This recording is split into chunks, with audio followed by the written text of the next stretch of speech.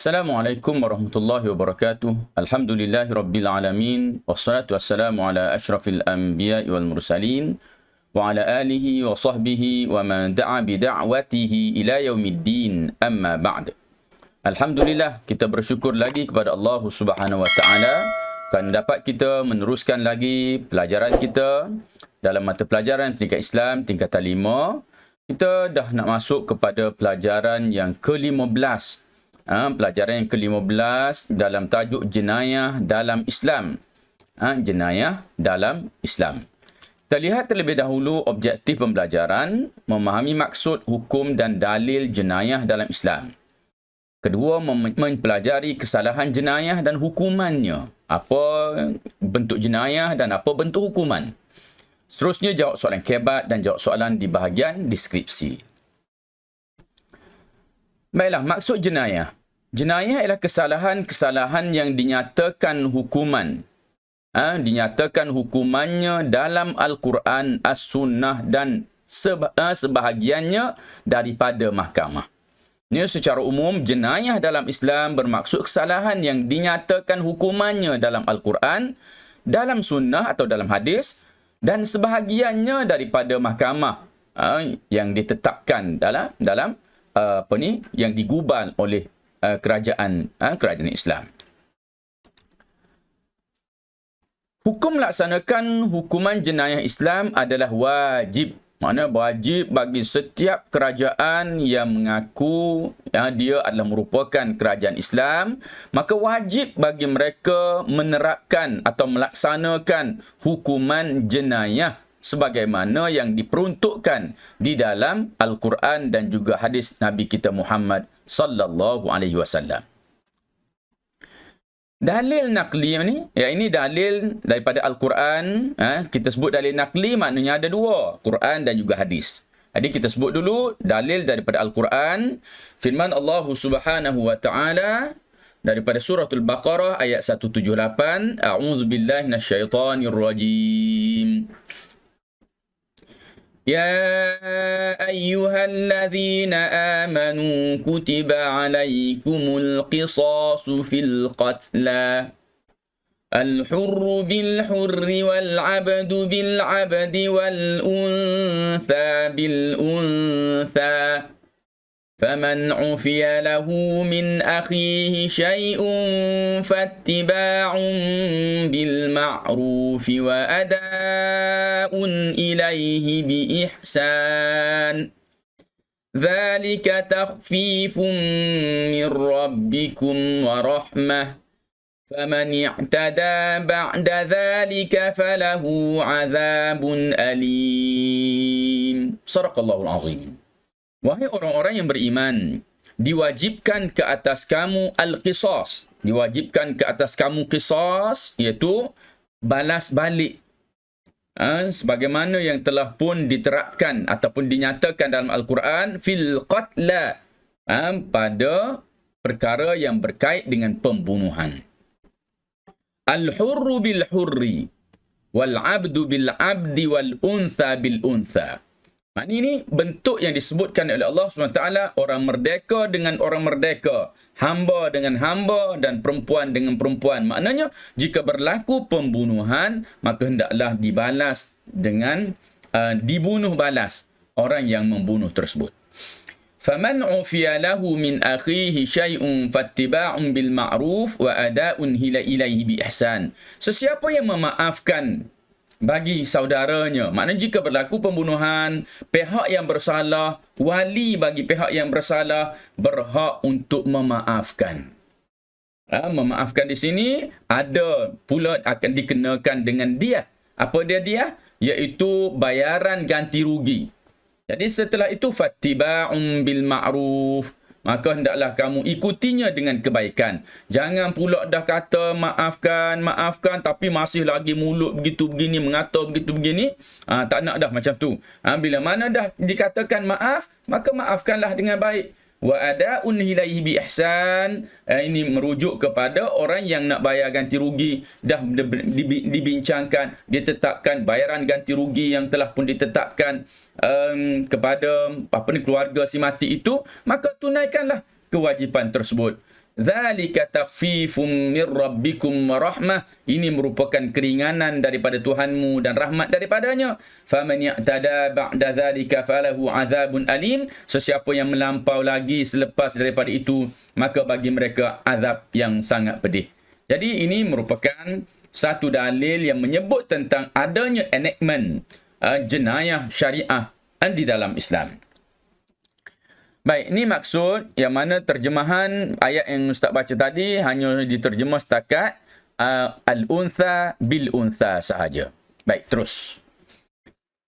Daripada hadis sallallahu alaihi wasallam ada menyatakan bahawa la yahillu damu mri'in muslim yashhadu an la ilaha illallah wa anni rasulullah illa bi ihda thalathin at-tayyibuz zani wan nafsu bin nafsi wat tariku li dinihi al mufariqu lil jamaah.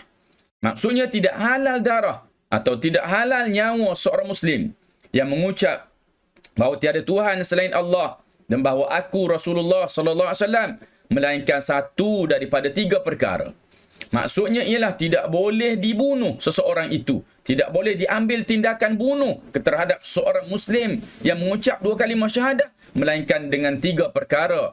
Pengecualian jika dia buat tiga perkara ini atau salah satu daripadanya, maka ia layak untuk dibunuh ataupun dia layak untuk diambil tindakan dengan tindakan bunuh ataupun membalas dengan mengambil, kalau kita boleh guna istilah ambil nyawa dia, kita boleh guna istilah yang sedemikian. Apa dia? Tiga perkara tu. Orang yang sudah berkahwin melakukan zina. Orang sudah berkahwin ini yang melakukan zina kita panggil penzina yang muhsan. Maka orang ini hukumannya adalah direjam sampai mati. Jadi ini pembunuhan yang valid, yang dibenarkan oleh pemerintah, bukan orang yang melakukannya secara individu, tapi hak pemerintah ambil tindakan begitu. Membunuh jiwa maknanya orang tu dia bunuh orang lain, dan orang yang meninggalkan agama, keluar daripada jemaah Islam, iaitu orang yang murtad daripada agama Allah Subhanahu wa taala, maka orang ni layak untuk dihukum bunuh kepadanya. Hukuman kesalahan jenayah boleh dikatakan dia dibahagikan kepada tiga bahagian. Iaitu pertamanya kita panggil sebagai hudud. Yang kedua kita panggil sebagai qisas. Dan yang ketiga kita panggil sebagai ta'zir. Nanti kita lihat satu persatu. Hudud. Okey, hududlah hukuman seksaan yang telah ditetapkan jenis dan bentuknya dalam Al-Quran dan As-Sunnah. Maknanya hukuman bagi kesalahan ini telah pun disebutkan satu persatu dalam Al-Quran dan juga hadis Nabi SAW. Apa hukum melaksanakannya? Hukumnya adalah wajib. Jenis kesalahan di bawah hukum hudud. Okey, jenis kesalahan di bawah hukum hudud. Kalau dia buat benda ni, ada kesalahan yang telah pun dihadkan.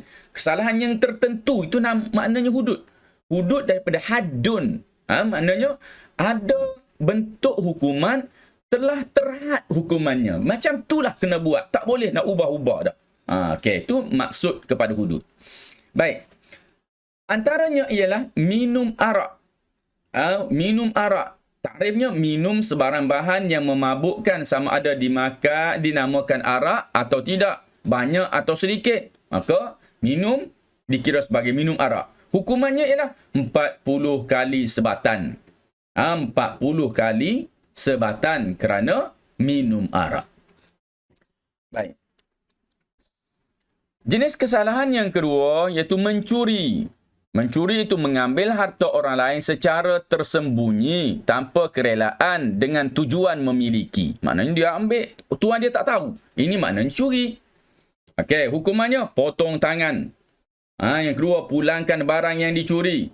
Tapi bukan semudah curi terus potong, tak. Dia ada banyak lagi syarat-syarat dia yang perlu dipenuhi. Syarat pada harta, syarat pada orang yang mencuri. Itu dia banyak lagi syarat-syarat pada harta, berapa banyak pula barang yang dicuri. Semuanya itu tak dapatlah Ustaz nak terangkan secara satu persatu di sini, dan memandangkan ruang yang sempit, dan tajuk kitanya cara yang dibawa dalam buku teks ini hanya untuk memperkenalkan hukum ini kepada para pelajar sahaja.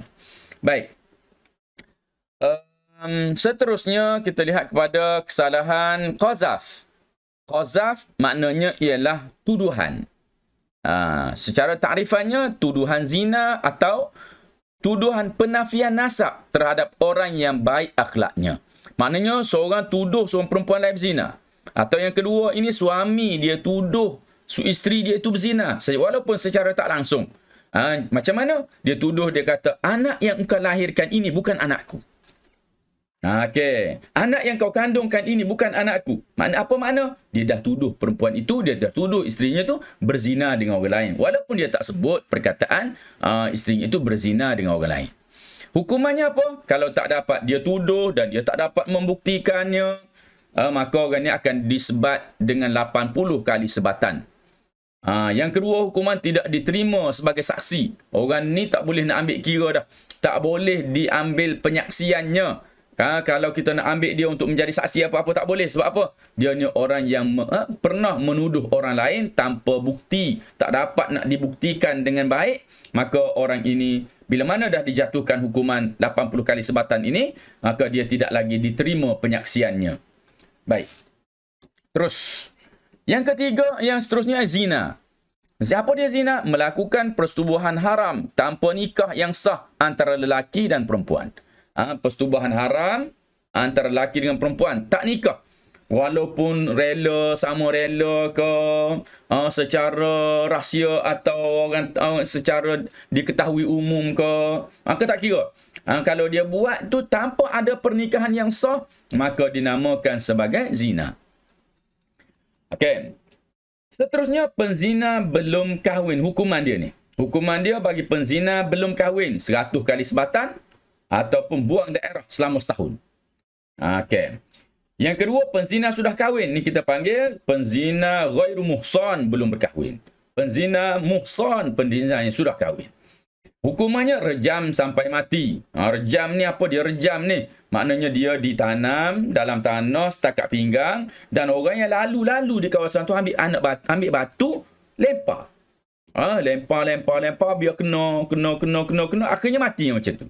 Beratnya hukuman zina ini dalam Islam. Kerana Islam sangat-sangat menjaga keturunan. Tiba-tiba ada manusia yang jenis tak jaga keturunan dia. Yang jenis tak jaga sebenarnya dia bukan nak jaga diri dia sangat pun.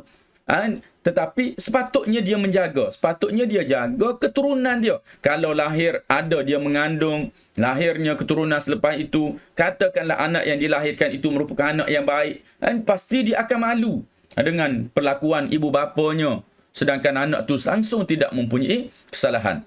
Jadi ni antara perkara yang buruk yang berlaku, yang menyebabkan keturunan bercampur aduk, keturunan yang kita tak tahu siapa ayah dia, kita tak tahu siapa keluarga dia. Ini merupakan satu perkara yang tidak boleh diterima dalam masyarakat Islam. Kerana itu Islam meletakkan hukuman yang berat kepada zina ini. Seterusnya itu kesalahan merompak. Tahrif merompak yang melakukan serangan dengan menggunakan kekerasan untuk merampas harta, membunuh atau menakutkan orang awam secara terbuka.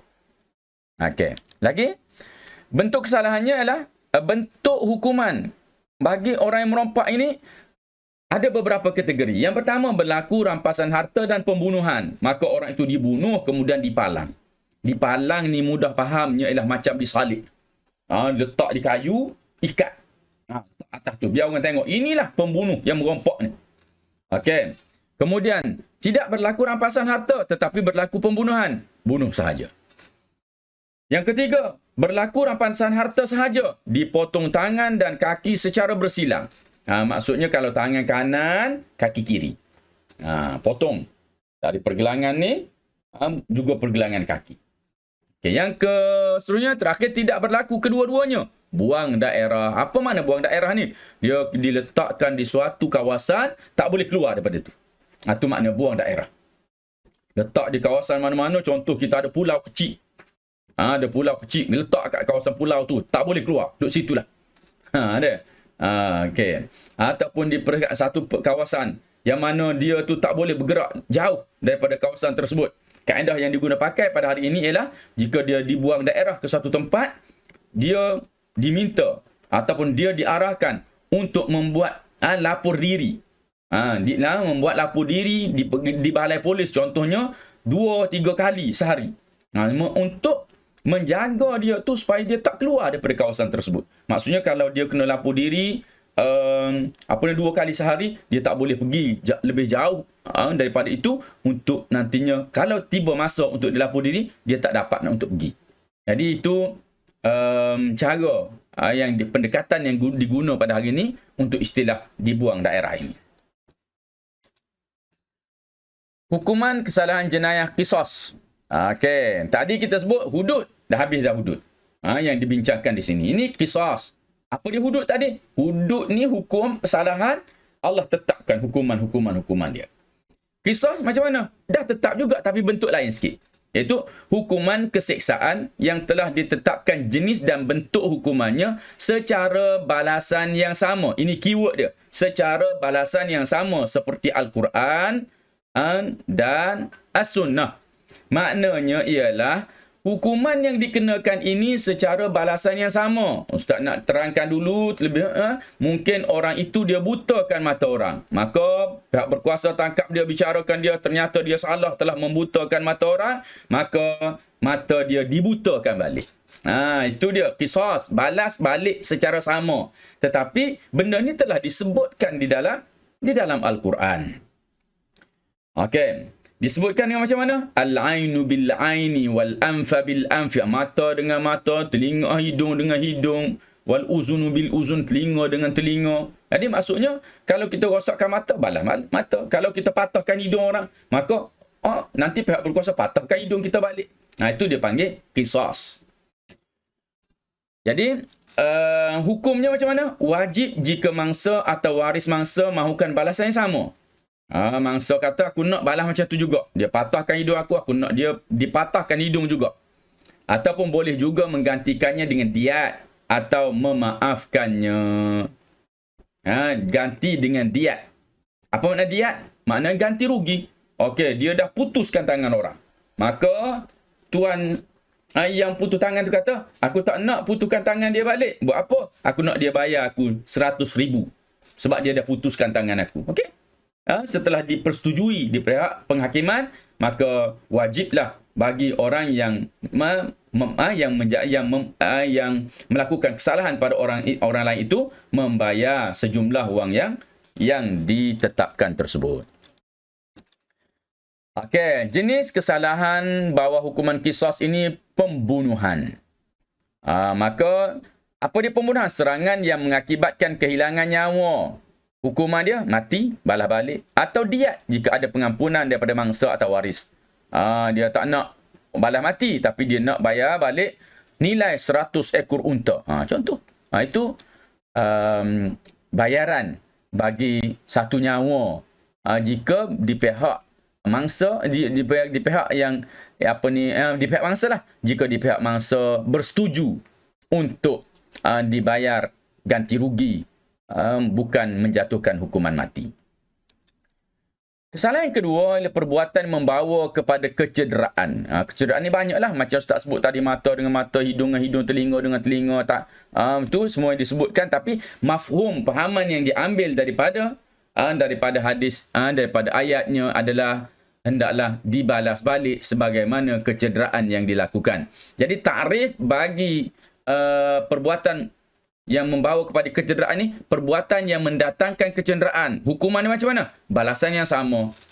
Diat jika ada pengampunan daripada mangsa atau waris. Maknanya balas sama, kalau potong tangan balik. Atau bayar diat jika ada pengampunan daripada mangsa. Maknanya mangsa kata tak perlu untuk potong tangan, tapi aku nak dia membayar ganti rugi. Dapat untung juga duitnya. Okey.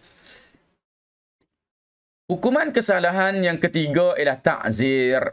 Apa dia ta'zir? Jadi ada hudud, ada qisas. Dua-dua ni telah pun ditetapkan hukumannya oleh Allah SWT. Ta'zir ialah hukuman keseksaan yang tidak ditetapkan jenis dan bentuk dalam Al-Quran dan Sunnah. Sebaliknya diputuskan oleh mahkamah. Ta'zir ni dia Allah tak sebut, Nabi tak sebut. Tapi orang ni buat salah, kena dihukum. Maka kerajaan menggubal undang-undang bagi bentuk-bentuk kesalahan ini. Okey, hukumannya hakim harus menjatuhkan hukuman. Mana? Sini term kita ambil lah harus. Harus menjatuhkan hukuman berdasarkan ijtihad dan maslahat rakyat dan negara. Bagi kesalahan yang tiada peruntukannya. Maknanya pihak hakim atau pihak kerajaan lah. Mereka berijtihad, mereka bincang apa hukuman yang nak dijatuhkan kepada orang yang melakukan kesalahan yang sedemikian. Yang tidak ada disebutkan kesalahan tersebut di dalam Al-Quran maupun hadis Nabi SAW. Baik. Terus, contoh hukuman ta'zir. Mungkin teguran sahaja, kesalahannya ringan, dia buat salah, tegur, jangan ulang lagi. Ataupun denda, dia buat kesalahan berat sikit, maka kita denda supaya dia ni takut nak buat dah lain kali, denda. Ataupun denda pun tak berapa nak jalan juga, kita penjarakan dia. Penjara, kalau penjara dia kata lagi senang, aku duduk dalam penjara, tak perlu nak bekerja, ada makan, minum setiap masa. Maka orang ni kita ambil, atau dia buat kesalahan, hakim kata tak sesuai penjara dia ni. Penjara pun tak berubah-berubah juga ni. Okey, kita sebat dia. Okey. Ataupun kesalahan itu lagi berat, tapi tidak ada enactment. Tak ada perkara yang disebutkan dalam Quran dan hadis. Maka boleh jadi dijatuhkan hukuman mati. Okey. Apa dia contoh? Contohnya orang mengedar dada.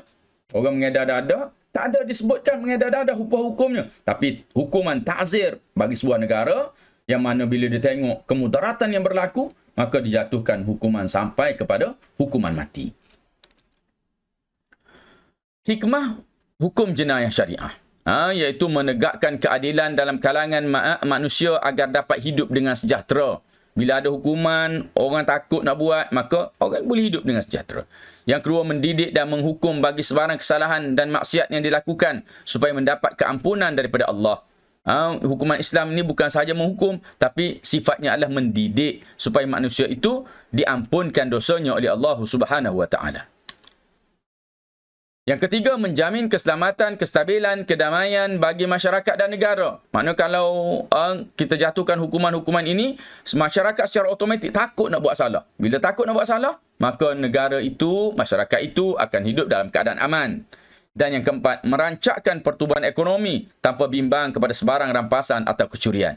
Ini khususnya bagi kes rompakan, kecurian. Jadi orang nak berniaga pun senang. Tak perlu nak kalau kita katakan tak perlu nak buat tempat yang begitu kukuh supaya tak ada orang masuk, orang rompak, orang curi. Tetapi masyarakat dengan sendirinya gerun atau takut untuk mencuri. Dengan itu, aktiviti ekonomi perniagaan akan berjalan dengan lancar tanpa sebarang gangguan daripada orang-orang yang tidak bertanggungjawab. Baik, kita lihat terus kepada soalan kebat.